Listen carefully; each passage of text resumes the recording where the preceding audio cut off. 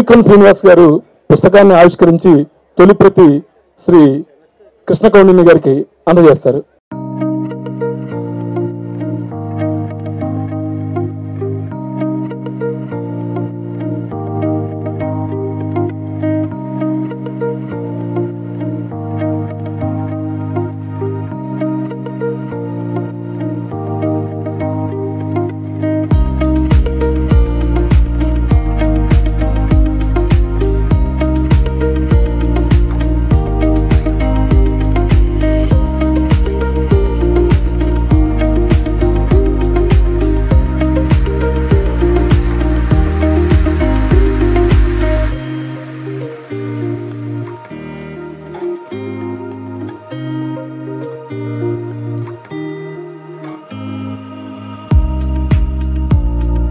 ఈ పుస్తకం గురించి మాట్లాడుకునే ముందు ఒకే ఒక నిమిషంలో నాకు ముఖ్యంగా కావాల్సిన కొంతమందికి నేను అత్యంత ఆత్మీయులకు ఇవ్వాల్సింది. మాతృదేవో భవ పితృదేవో భవ అన్నారు కాబట్టి ముఖ్యంగా మా అమ్మ తర్వాత అమ్మలాగా నన్ను సాకినటువంటి మా అక్క, మా కల్పనక్క, ఆవిడ లేకపోతే వాళ్ళని ఈ పుస్తకం జరిగేది కాదు. తనని మా అన్నయ్య రెంటాల రామచంద్రుని కరెక్ట్గా సంవత్సరంన్నర క్రితం ఈ జూలై 1కి నీ పుట్టినరోజు నాటికి పుస్తకం రాకపోతే నీతో మాట్లాడను అంది.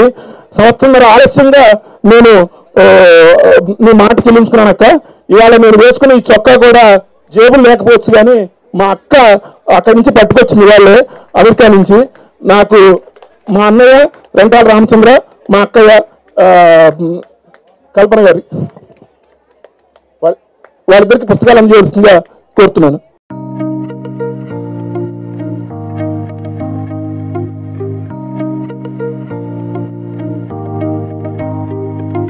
మా బావగారు పెన్సిల్వేనియా యూనివర్సిటీలో ప్రొఫెసర్, కవి, విమర్శకులు శ్రీ అఫ్సర్ గారిని వేదిక మీదకి రావాల్సిందిగా కోరుతున్నాను.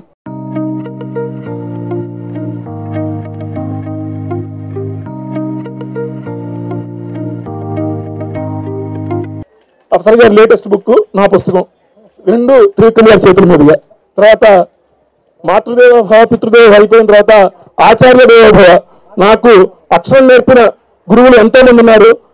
నేను జర్నలిజంలోకి రావడానికి ముందు నాకు నేర్పినటువంటి బోధరాజు రాధాకృష్ణ గారు, ఆ తర్వాత మా చంద్రశేఖర్ రెడ్డి మాస్టర్ గారితో పుస్తకం అందుకున్నా కూడా త్రివిక్రమ్ గారితో మీరు మన ముగ్గురు నిలబడ్డం నాకు ఆనందం మాస్టర్. ఎందుకంటే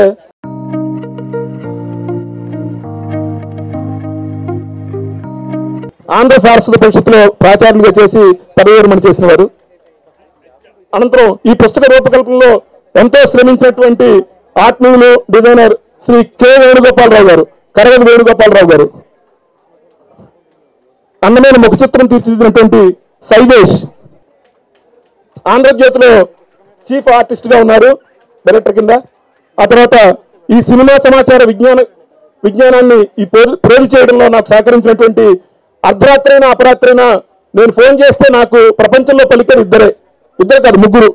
ఒకటి త్రివిక్రమ్ శ్రీనివాస్ గారు, రెండు శ్రీ కొమ్మినేని వెంకటేశ్వరరావు గారు, ప్రముఖ executive producer, distributor and exhibitor అయినటువంటి శ్రీ కొమ్మినేని వెంకటేశ్వరరావు గారిని వచ్చి పుస్తకం అందుకోవాల్సిందిగా కోరుతున్నాను.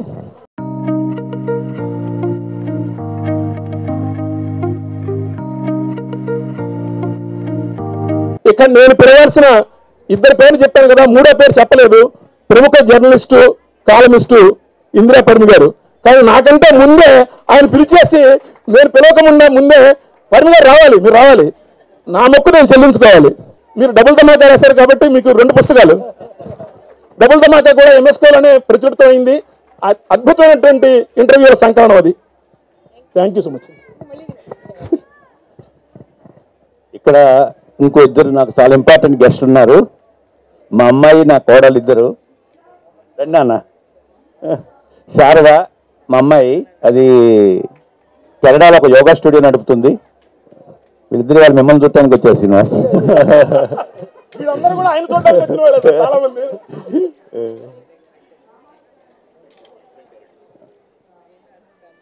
గుడ్, బాగుంది. ఉత్సవం అయిపోయింది. కాస్త 4 మాటలు మాట్లాడుకుంటే బాగుంటుంది. ముందుగా కృష్ణ కౌండిన్యని మాట్లాడాల్సిందిగా కోరుతున్నాను. వేదికను అలంకరించిన వరిష్ఠులు, మాటల మాంత్రికుడు, గురూజీ, మాటల మాంత్రికుడు గురూజీ, సుప్రసిద్ధ డైరెక్టర్ రచయిత త్రివిక్రమ్ శ్రీనివాస్ గారికి, అలాగే ఎంఎస్కో పబ్లికేషన్స్ అధినేత విజయ్ కుమార్ ధూపతి గారికి, రచయిత journalist senior journalist Rentala Jayadev గారికి, శ్రీ మామిడి హరికృష్ణ గారికి, గురూజీ గారికి, ఆస్ట్రేలియా ఉన్న పెద్దలందరికీ నమస్కారం. వృత్తిరీతి ఆమె పబ్లిక్ సర్వెంట్, చేసేది గవర్నెన్స్. జయదేవ్ గారు కాల్ చేసి ఒక రీసెర్చ్ బుక్ ఇలా పబ్లిష్ చేస్తున్నామండి సినిమా మీద అంటే, గవర్నెన్స్ సినిమా రెండు వేరే వేరే వరల్డ్స్ కంప్లీట్గా, అసలు ప్రపంచమే తేడా. సో దానికి దీనికి సంబంధం ఎలా ఉంటుంది అని అనుకుంటే తర్వాత మళ్ళీ గుర్తొచ్చింది, ఆ వృత్తి సివిల్ సర్వీస్ అయినా ప్రవృత్తి చదువుకోవడం, అది ఏదైనా సరే. సో అలా సాహిత్యం మీద కొంచెం అవకాశం పట్టుంది కాబట్టి జయదేవ్ గారు కాస్త ఇది చదవండి, చదివి మీ అభిప్రాయం చెప్పండి అంటే తీసుకున్నాను బుక్. చదువుతుంటే అప్పుడు అర్థమవుతుంది. ముందు నేనే ప్రశ్న వేసుకున్నాను, గవర్నెన్స్కి అటు సినిమాకి ఏంటి సంబంధం అంటే, రెండిటికి ఆధారభూతంగా ఉన్నది భాష, లాంగ్వేజ్. భాష లేనిదే సినిమా లేదు, భాష లేనిదే సమాజమే లేదు, సమాజం లేనిదే పబ్లిక్ గవర్నెన్స్ అన్నది కూడా లేదు. ఫస్ట్ అక్కడి నుంచి మొదలైంది. దాని తర్వాత అర్థం చేసుకుంది ఏంటి అంటే, చరిత్రను తిరగరాసే రీసెర్చ్ జయదేవ్ గారు చేశారు. ఇప్పటిదాకా తెలుగు టాకీ ఫస్ట్ మూవీ ఏది అంటే భక్త ప్రహ్లాద్ అని చెప్పుకున్నామే కానీ, దానికంటే ముందు 1931లోనే కాళిదాస్ అన్న మూవీ ఒకటి తీశారు. దానికన్నా ముందు ఆలమారా అన్నది భారతదేశంలోని మొదటి టాకీ అయితే, అదే సంవత్సరం అదే సెట్లో ఇంకో సినిమా తీశారు. దక్షిణ భారత సినిమా పితామహుడు హెచ్ఎం రెడ్డి గారు, దాని పేరు కాళిదాసు. అది తమిళ్ తెలుగు టాకీ అనేది చదివిన తర్వాతే తెలిసింది.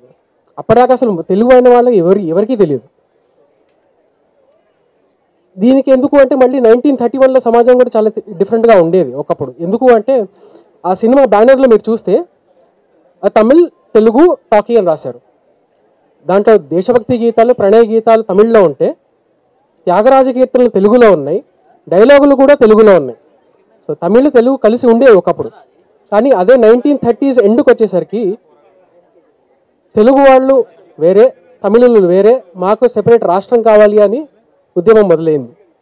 మద్రాస్ మనదే అన్న నినాదంతో స్లోగన్తో ఆంధ్రోద్యమం మొదలైంది. సో భాష అన్నది కలుపుతుంది. ఇంతమందిని వాళ్ళు ఇక్కడ కూర్చోపెట్టిందంటే భాషే, అది మన ఐడెంటిటీ కూడా, తెలుగు వాళ్ళమని. బట్ అదే భాష అప్పుడు విడగొడుతుంది కూడా, తమిళ్ తెలుగు అని రెండుగా విడిపోవడం. ఇది ఎప్పుడు అంటే, మన ఐడెంటిటీ మనకి క్లియర్గా లేనప్పుడు. మన ఐడెంటిటీ మనకు క్లియర్గా ఉంటే it's a developed society already. అప్పటికి ఇంకా ఆ ఫ్లక్స్లో ఉంది కాబట్టి తమిళ్ సినిమా వేరే, తెలుగు సినిమా వేరే, తమిళ్ వారు వేరే, తెలుగు వారు వేరే, తమిళ్ లాంగ్వేజ్ వేరే, తెలుగు లాంగ్వేజ్ వేరే అని డిఫరెంట్ పార్ట్స్ ఆఫ్ ఎవల్యూషన్లోకి వెళ్ళిపోయాయి. This also brings challenges in public governance. So ఈ కోణంలో నేను బుక్ చదువుకుంటూ వెళ్ళాను. I'm also student of sociology. సమాజం ఎలా ఇవాల్వ్ అవుతుంది, దానివల్ల ఛాలెంజెస్ ఏమేమి వస్తాయి, దానివల్ల పబ్లిక్ గవర్నెన్స్ ఛాలెంజెస్ ఏమేమి వస్తాయి అన్న కోణంతో నేను చదువుకుంటూ వెళ్ళాను. ఇది మనకి రెలవెంట్ ఎందుకు అంటే, మార్క్ ట్వైన్ అన్న వర్డ్స్ నాకు గుర్తొస్తున్నాయి. ఒకసారి మార్క్ ట్వైన్ అమెరికన్ రచయిత ఏమన్నా అంటే, history may not repeat but it rhymes. అదే ప్యాటర్న్స్ రిపీట్ అవుతూ ఉంటాయి. జార్జ్ సంత్ అనే వెస్టర్న్ ఫిలాసఫర్ ఏమన్నారంటే, those who do not understand history are doom to repeat it. 1947లో మనకి భారతదేశానికి స్వాతంత్రం వచ్చిన తర్వాత కూడా లింగ్విస్టిక్ రీఆర్గనైజేషన్ ఆఫ్ స్టేట్స్ రాలేదు. అప్పటికి భాష ప్రధానంగా రాష్ట్రం అనేది ఇంకా మన లీడర్స్ అప్పటికి ఒప్పుకోలేదు. అప్పుడే ఎస్కే ధర్ కమిటీ వేయడం కానీ, దాని తర్వాత మళ్ళీ 1948లో జేవీపీ కమిటీ వేయడం కానీ, దాంట్లో జవహర్లాల్ నెహ్రూ, సర్దార్ వల్లభాయ్ పటేల్, బహుగుణజు పట్టాభి సీతారామయ్య గారు, వీళ్ళు ముగ్గురు కూర్చొని మద్రాస్ని ఇద్దరికి ఇవ్వాలంటే రెండుగా చీల్చండి, కూని నదిని నార్త్ ప్రదేశ్ అంటే తెలుగు వాళ్ళకి ఇవ్వండి, దక్షిణ ప్రదేశ్ అంటే తమిళులు తీసుకోండి అని ఒక సిఫార్సు చేస్తారు. లేదు అంటే ఆంధ్ర వాళ్ళు వెళ్ళిపోండి, మీరు సెపరేట్ రాజధాని మీరు నిర్మించుకోండి అని ఒక సిఫార్సు చేస్తారు. దాని తర్వాత ఏం జరిగిందో అందరికీ తెలుసు. ఇప్పుడు మళ్ళీ దాని తర్వాత ఇదే ఫ్రేమ్వర్క్లో ఏం నడిచిందో కూడా తెలుసు. So as long as we don't understand our identity, ఇది ఇట్లా నడుస్తూనే ఉంటుంది. మరి దానికి దీనికి ఏమిటి సంబంధం? మన ఐడెంటిటీ నేర్చుకోవాలి అంటే ఫస్ట్ మనం ఎవరైనా నేర్చుకోవాలి, మన ప్రజెంట్ ఏంటో నేర్చుకోవాలి, అంటే మనం భవిష్యత్తు నేర్చుకోవాలి అంటే మన వర్తమానం ఏంటి, మన వర్తమానం ఏంటి అంటే మన భూతకాలంలో ఏం చేసావు అని. మన ఫ్యూచర్ తెలుసుకోవాలంటే ప్రజెంట్ అండ్ పాస్ట్. సో మన పాస్ట్ తెలుసుకోవాలంటే చరిత్ర చదవాలి, చరిత్ర నుంచి చారిత్రం వస్తుంది, చారిత్ర నుంచి మన క్యారెక్టర్ అండ్ ఐడెంటిటీ వస్తుంది. సో చరిత్ర చదువుకోవాలంటే భాష చరిత్ర చదువుకోవాలి, భాష చరిత్ర చదువుకోవాలంటే సినిమా చరిత్ర కూడా చదువుకోవాలి, సినిమా చరిత్ర చదువుకోవాలంటే ఈ బుక్ చదవాలి అని అర్థమైంది నాకు. ఈ పుస్తకంలో ఇంకో గొప్ప విషయం ఏంటి అంటే ఇది ఓన్లీ తెలుగు సినిమా మీదే కాకుండా దక్షిణ భారతదేశంలో ఉన్న 4 ప్రధాన భాషల్లో Telugu industry, Tamil industry, Malayalam industry and Kannada industry, ఈ 4 ఇండస్ట్రీలు ఒకే కాలంలో ఎలా డెవలప్ అయ్యాయి, ఎలా ఇవాల్వ్ అయ్యాయి, ఈ రెండింటి మధ్య సంబంధాలు ఏంటి అని చాలా క్లియర్గా ఇలిస్ట్రేషన్స్తో పాటు రాశారు.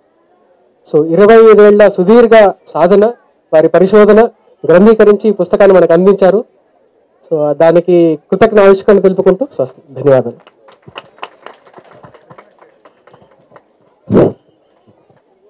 ఈ అవకాశం ఇచ్చిన అందరికీ, ముఖ్యంగా ఎంఎస్కో విజయ్ కుమార్ గారికి, మరి రింటా జయదేవ గారికి ధన్యవాదాలు తెలియజేసుకుంటూ శుభాకాంక్షలు. శ్రీనివాస్ గారు మాట్లాడే ముందు ఇంకా 4-5 మనుషులకి, మిత్రులకి పుస్తకాలు ఇవ్వాల్సిన ఉన్నారు. ప్రముఖ దర్శకులు, రచయిత శ్రీ కె దశరథ గారిని, నాకు ఆత్మీయులు, అత్యంత ఆత్మీయులు, ప్రసిద్ధ రచయిత, వారిని వచ్చి పుస్తకం తీసుకోవాల్సిందిగా, ఆయనకి కొంత ఇదున్నా కూడా వాళ్ళ వచ్చారు. Thank you so much sir.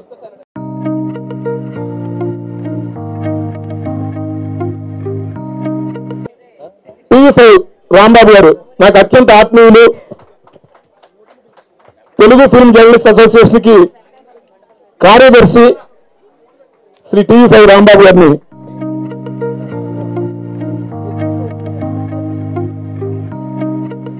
మరో మిత్రుడు, సన్మిత్రుడు శ్రీ రాజాబాబు గారిని వేదిక మీదకి రావాల్సిందిగా. నేను నిర్వాహకుడిని, నాకు వాహనం ఉండదు, తన బండి మీద మా ఇంటికి వచ్చి మరీ తీసుకెళ్తాడు ఎక్కడికి వెళ్ళాల్సి వచ్చినా కూడా. అసలు అంత మిత్రుడు అనమాట. తెలంగాణలో ఉన్న ఆత్మీయతకి ప్రతిరూపం మా రాజాబాబు. శ్రీ టీవీ5 కుమార్ గారు మరో మిత్రుడు, భగవాన్ సినిమా అని చెప్పేటువంటి మా కుమార్ గారు. అట్లనే ప్రముఖ రచయిత, జర్నలిస్టు, నాకు మరో మిత్రుడు, ఆత్మీయ మిత్రుడు శ్రీ పిలగం చెన్నారాయణ గారు.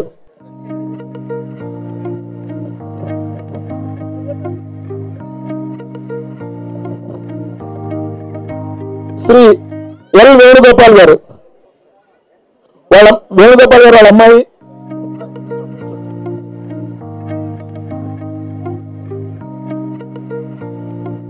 ఎల్ గంగాధర శాస్త్రి గారు తమ్ముడు,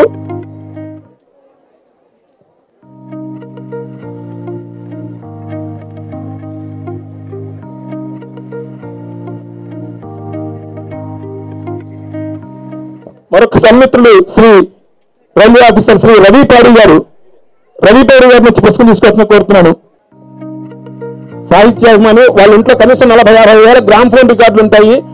అంత అసలు హిందీ, బెంగాలీ, తెలుగు, తమిళ అన్నిటి మీద.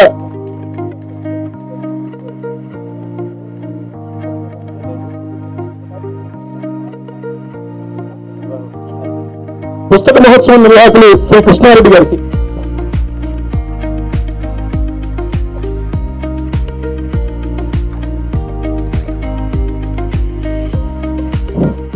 Thank you very much. ఇప్పుడు త్రివిక్రమ్ గారు మాట్లాడతారు.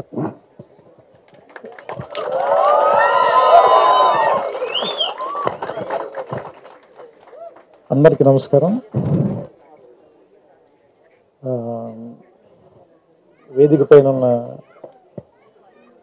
పెద్దలు, గౌరవనీయులు, ముందుగా చంద్రశేఖర్ రెడ్డి గారికి నమస్కారం. నేను ఆయన పేర్లు మామూలుగా కాలం చివరిలో చూడడమే తప్పితే చాలాసార్లు ఇదే మొదటిసారి ఆయన కలవటం. నమస్కారం సార్. అండ్ ఎంఎస్కో విజయ్ కుమార్ గారికి, నేను భీమవరంలో ఉన్నప్పుడు పుస్తకాల వెనకాల ఉన్న పబ్లికేషన్ కంపెనీ అంటే సినిమా కంపెనీ లాగా, అంటే ఒక రకంగా చెప్పాలంటే సినిమాలకు సంబంధించి విజయవాహిని ఎలాగో పుస్తకాలకు సంబంధించి ఎంఎస్కో అలాగే. సో అలాంటి విజయ్ కుమార్ గారిని కలవడం చాలా చాలా చాలా ఆనందంగా ఉంది. నమస్కారం సార్. కృతజ్ఞతలు. మీతో మంచి సమయం గడపగలిగాను. అండ్ మిత్రులు కృష్ణ కౌండిన్య గారికి, అండ్ మాకు చాలా ఆత్మీయులు, నా భార్య ద్వారా పరిచయం మా కుటుంబ సభ్యుల్లో ఒకరైపోయిన మావిడి హరికృష్ణ గారికి. ఆయన ఏంటంటే మనం ఇందాక జయదేవ్ గారు చెప్పినట్టు నిలువెత్తు తెలంగాణ ఆత్మీయత ఏంటంటే హరికృష్ణ గారు. అంటే మీరు ఏది అడగండి కడుపులోంచి అన్నం తీసి పెడతా ఉంటారు చూసారా, అలాగా ఏది అడిగినా అది ఆయన ఏమంటారు ఇంకో చోటకి వెళ్ళైనా సరే తీసుకొచ్చి మన కోసం చేసి పెట్టేంత మనసున్న వ్యక్తి. సో సహజంగా అదే జరుగుతుంది కాబట్టి సో వారికి మిగతా పెద్దలందరికీ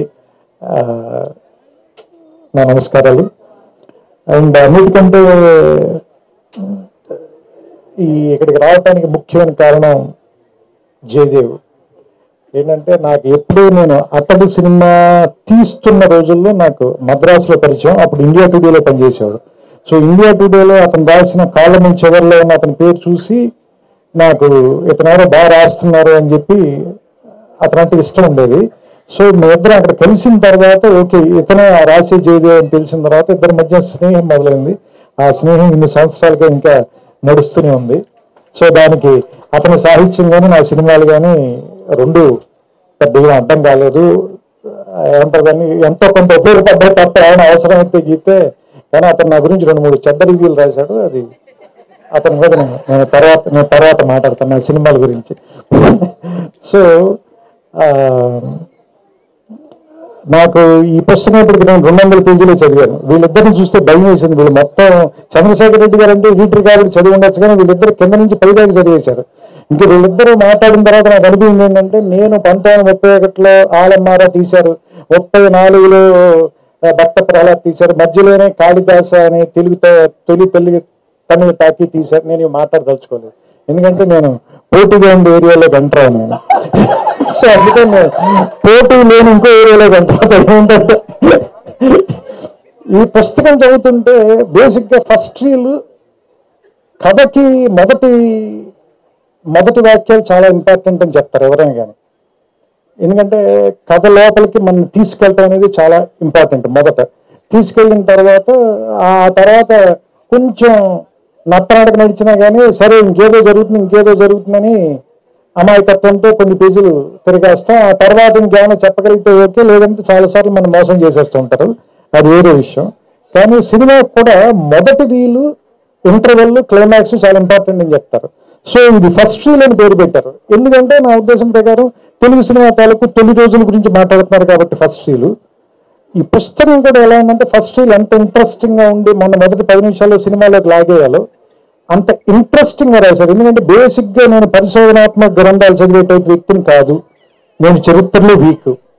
ఎందుకంటే నాకు మామూలుగా ఆ ఫలానా రాజుల కాలం నాటి శాసనం అని మొదలు పెట్టగానే నాకు వెంటనే హిస్టరీ ఎగ్జామ్ గుర్తొస్తుంది, భయం వేస్తుంది నాకు. అందుకనే లెక్కలు సైన్స్ చదువుకున్నాను నేను.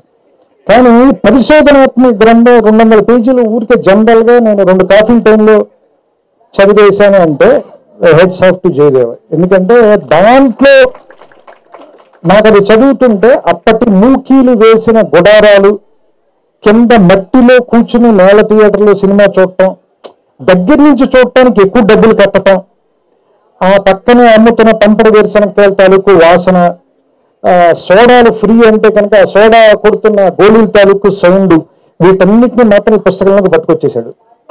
సో అది ముఖ్యంగా నాకు బాగా నచ్చిన అంశం. అన్నిటికంటే మన సినిమా పోస్టర్కి పెద్ద వినియోగం. పోస్టర్ ఏంటంటే సినిమా పేరు చూడటానికి, లేదంటే అందరూ యాక్ట్ చేసేవాళ్ళని చూడటానికి. అతను ఆ పోస్టర్ల ఆధారంగానే నాకు తెలిసి మేజర్ రీసెర్చ్ ఇందులో చేసేసాడు. ఆ పోస్టర్ ఆధారంగానే ఓకే ఈ సినిమా ఆ రోజున రిలీజ్ అయింది, ఈ సినిమా ఫలానా థియేటర్లో రిలీజ్ అయింది, ఈ సినిమా ఆ ఊళ్ళో ప్రదర్శించారు, ఇది 1931లో కాదు 32లో జరిగింది. సో ఇలాంటి వాటన్నిటికీ వాళ్ళ అమాయకంగా వేసిన పోస్టర్ని ఇతను అన్యాయంగా వాడుకున్నప్పటికీ కూడా దాంట్లో మనకి బోల్డ్ అంత ఇన్ఫర్మేషన్ ఇచ్చాడు. నేను ఇన్ఫర్మేషన్తో పెద్ద ఎక్కువ అబ్బుర పడిపోయాను. ఎందుకంటే ఇన్ఫర్మేషన్ ఈ రోజుల్లో మనకి చాలా హ్యాండీగా అయిపోయింది. ఇన్ఫర్మేషన్ చెప్పడం అనేది ఒకప్పుడు చాలా గొప్ప విషయం, ఎందుకంటే ఇన్ఫర్మేషన్ అందుబాటులో ఉండదు కదా. ఎప్పుడైతే ఈ అంతర్జాలం వచ్చేసిన తర్వాత, లేదంటే మీకు రకరకాల మాధ్యమాలు వచ్చేసిన తర్వాత anything is just one click away. So మీరు ఒకసారి క్లిక్ చేస్తే మీకు ఇన్ఫర్మేషన్ వచ్చేస్తుంది. మరి ఇన్ఫర్మేషన్ కంటే ఇంకేం ఎక్కువ చెప్పాడంటే ఇందులో అనుభూతి చెప్పాడు.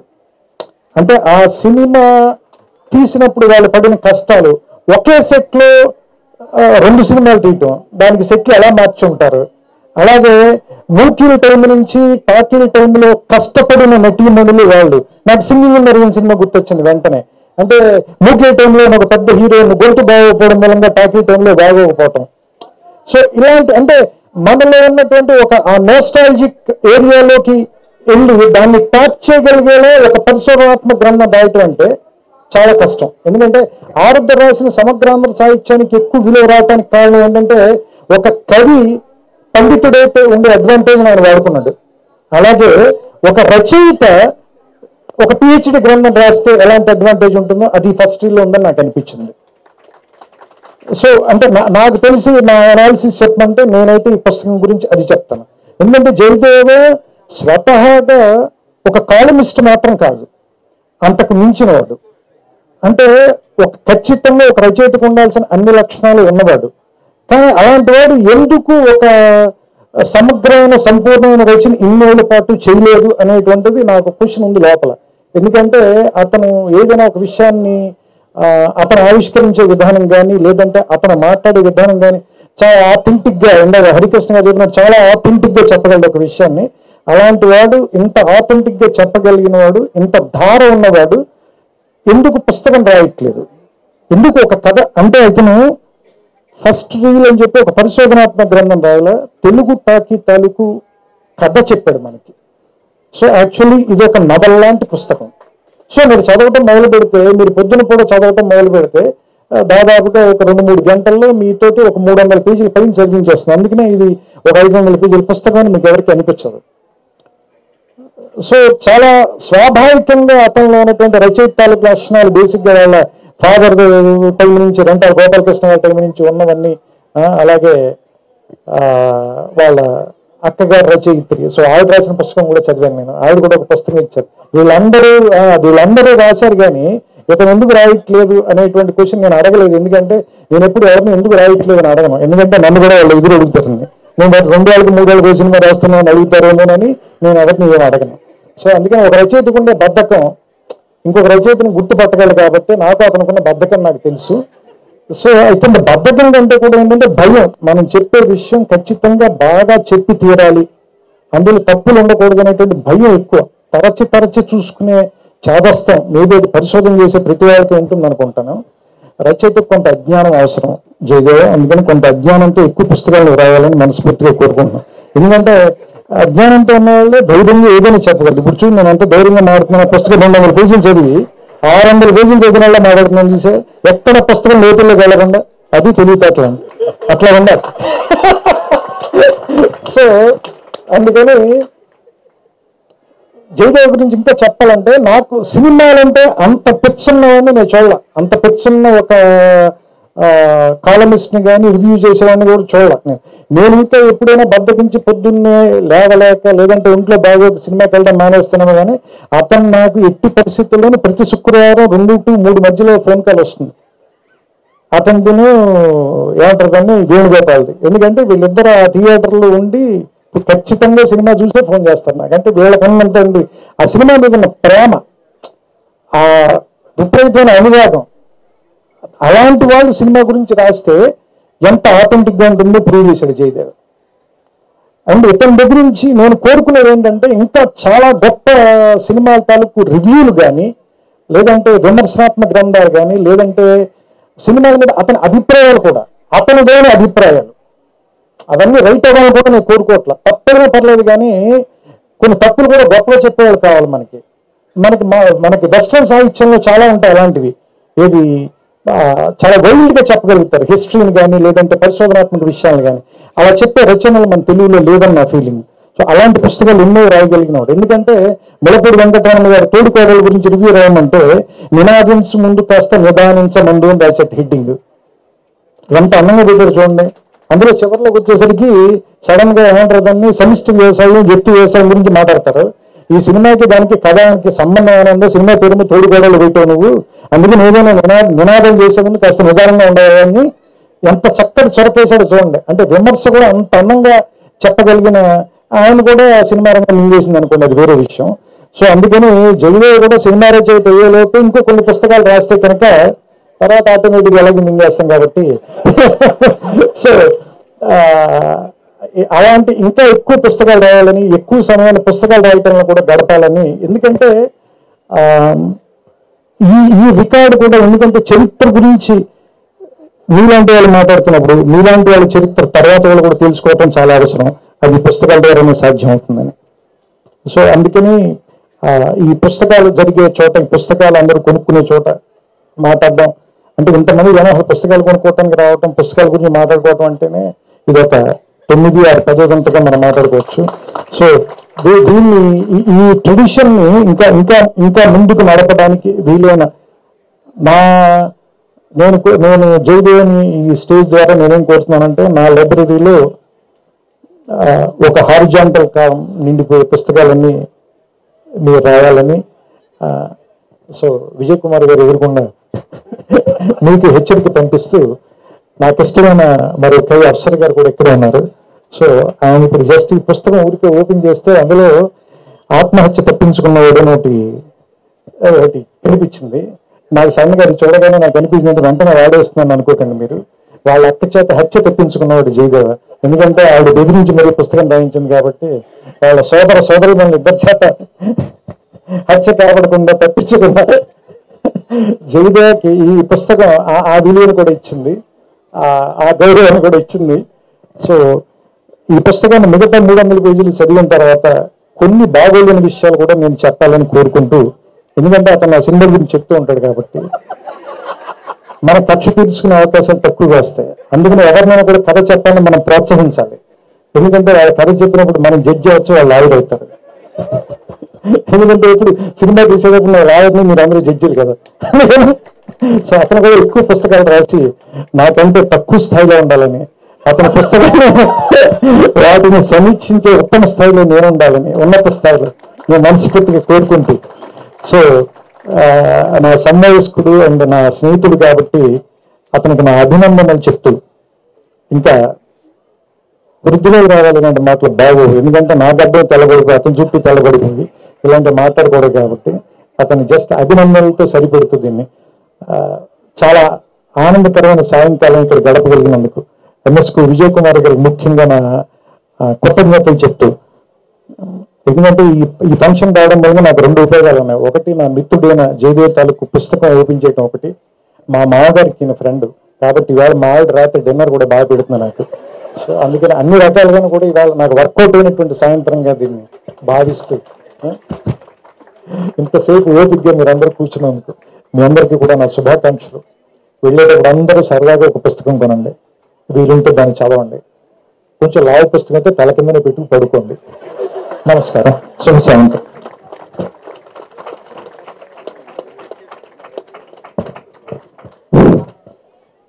ఈ బుక్ ఫెస్టివల్ కార్యవర్గ సభ్యులందరూ కలిసి త్రివిక్రమ్ గారితో ఒక ఫోటో దిగుతా ఉంటున్నారు. ఒకసారి రండి. బాలరెడ్డి గారు.